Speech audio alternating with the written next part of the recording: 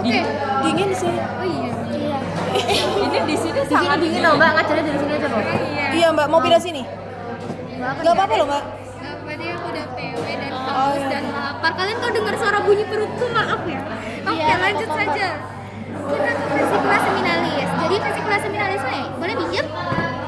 Oke, jadi tes dari perjalanan sperma dulu. Sperma kan dihasilkan di testis, terus dia bakal testis kan di depan ya.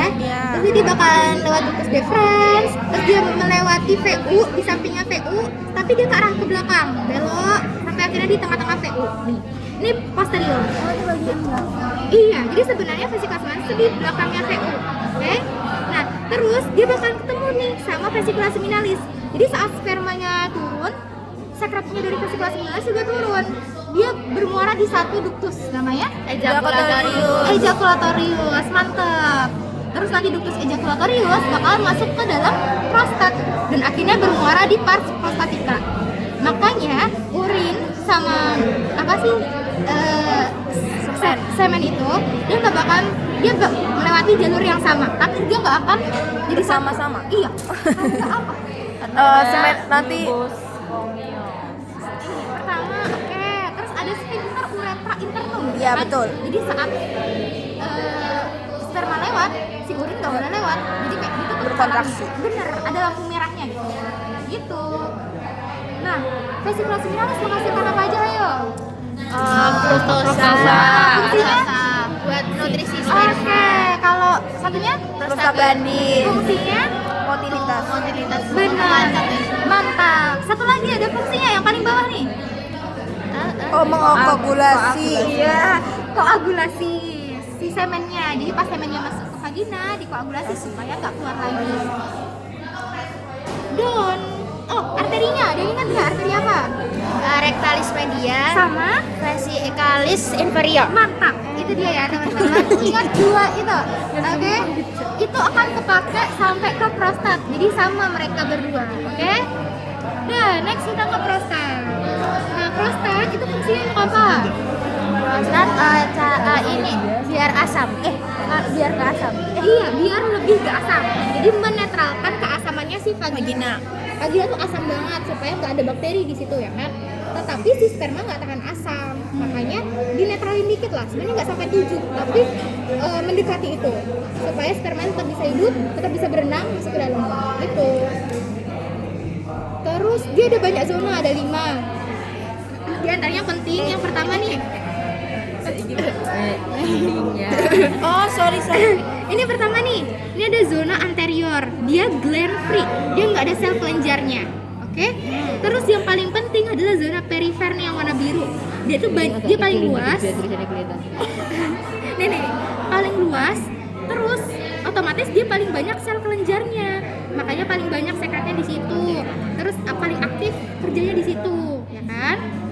Makanya kalau misalnya ada cancer itu kan bisa terjadi karena adanya sel-sel cacat yang membelah terus-menerus gitu kan. Selnya tuh nggak normal gitu.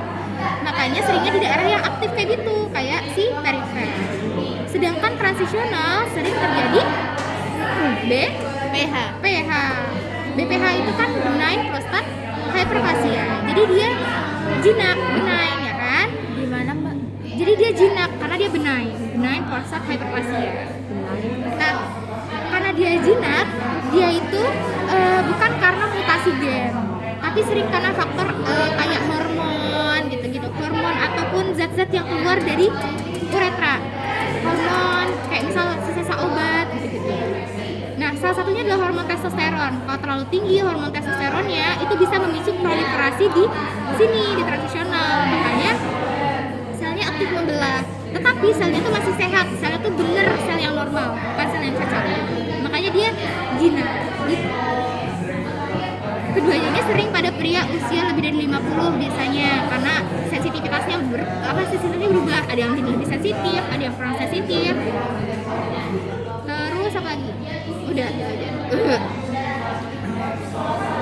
Vaskularisasinya tadi sama, apa yuk? Vesikalis inferior, rectalis media. Mantap. Oke, terus kita ke buba uretralis nih yang kayak kacang. Letaknya di mana ya? Membranosa. Iya, membrana C.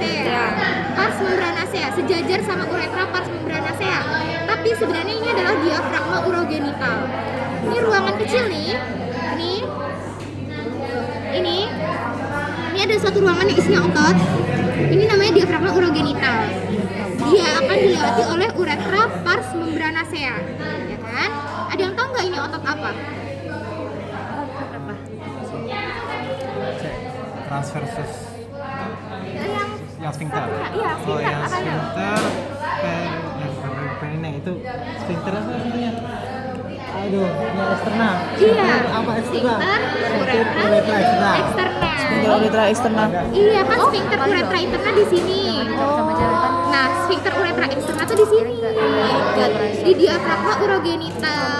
Terus di sampingnya ada glandula bulbo uretralis. Fungsinya untuk apa? Oh, cairan. Cairannya untuk apa?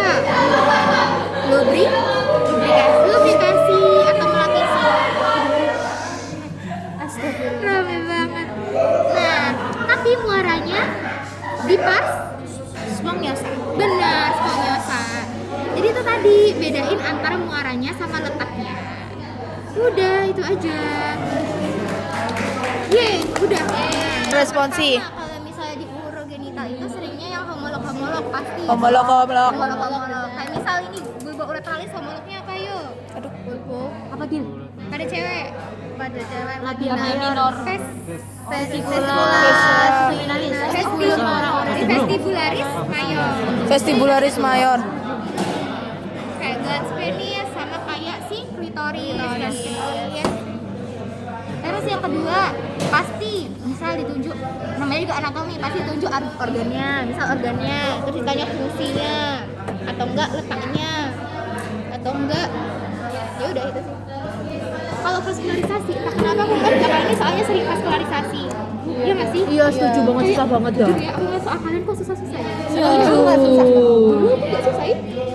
Waduh. Ya kayak dia di Ventro. Kita harus menegakkan keadilan. Sumpah setuju. Paham banget kan Mbak kalau remeh kan Mbak? Paham banget kan kalau remeh.